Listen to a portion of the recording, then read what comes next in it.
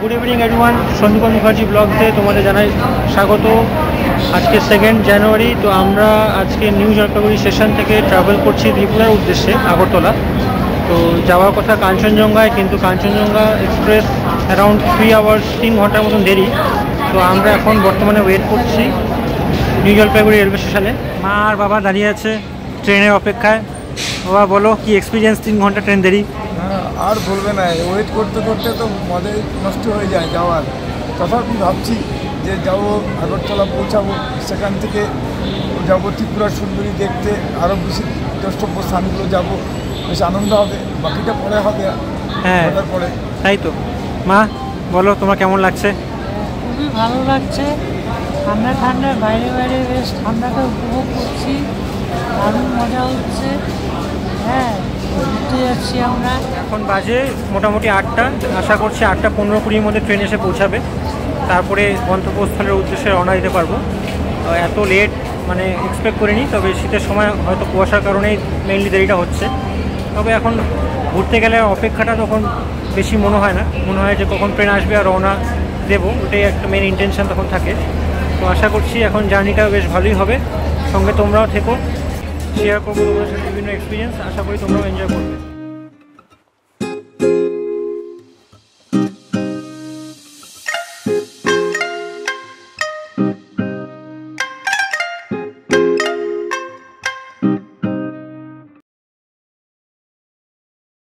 So good morning বন্ধুরা, আজকে 4 জানুয়ারি। কালকে 3 তারিখ ত্রিপুরাতে এসে আর এনার্জি ছিল না যে ভিডিও করি। এক প্রকার মানে 5 ঘন্টা দেরি। সন্ধ্যা 6টার সময় ঢোকার কথা ছিল, সেখানে আসলো প্রায় 10:30 11টার সময় ট্রেন এসে ত্রিপুরাতে পৌঁছালো। তো আলটিমেটলি সারাদিন এক্সস্টেড থেকে আর ভিডিও করার মতো এনার্জি ছিল না। তো আজকে 4 জানুয়ারি, আজকের দিনটা খুবই স্পেশাল, কারণ আজকে আমার মায়ের জন্মদিন। তো মা হ্যাপি বার্থডে। Thank you. তো আজকের দিনটা তোমরা কেমনভাবে সেলিব্রেট করবে ভাবছো?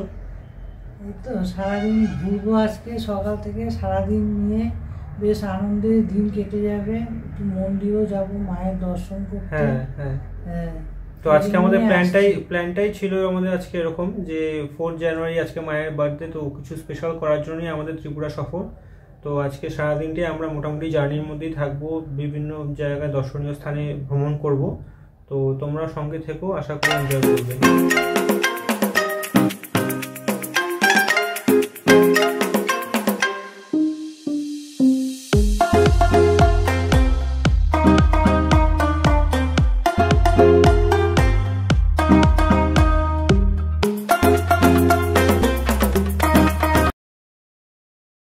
আমরা মূলত এখন ওয়েট করছি, একটু চা পান করব।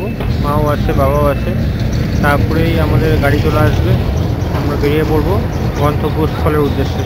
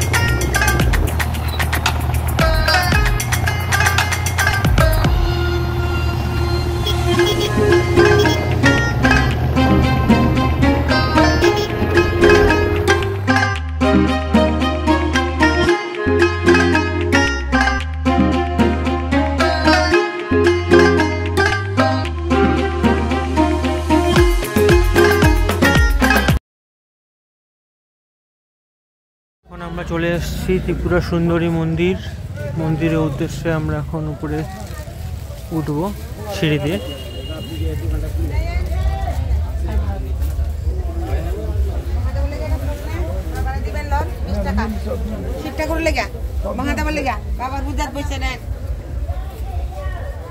অনেকটাই লং জার্নি, মানে 51 কিলোমিটার, 51 কিলোমিটার পথ অতিক্রম করে আগরতলা থেকে আমরা এখন ত্রিপুরা সুন্দরী মন্দিরে চলে এসেছি।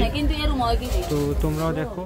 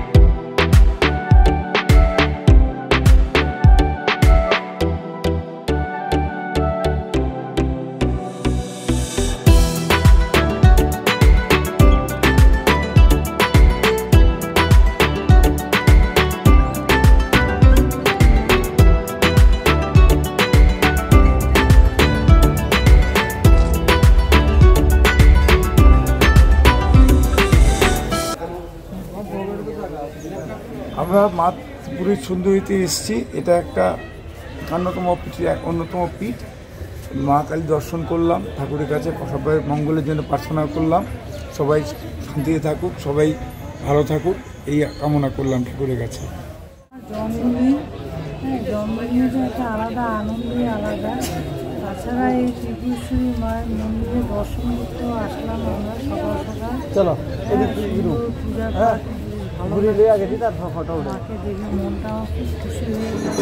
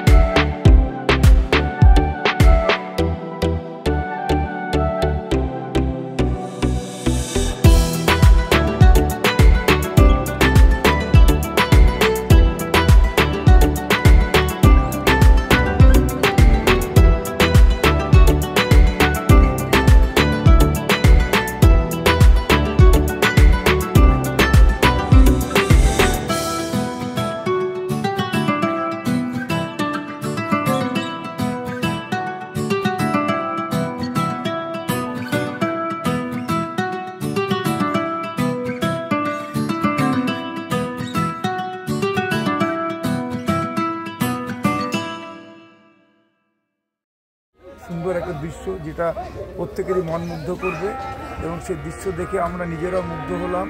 এখানে মাছ রয়েছে, মাছে খাবার দেওয়া হচ্ছে, সবাই মাছও উঠে আসছে দেখছি, বিভিন্ন রকম মাছও রয়েছে পুকুরের মধ্যে, ঘাটে।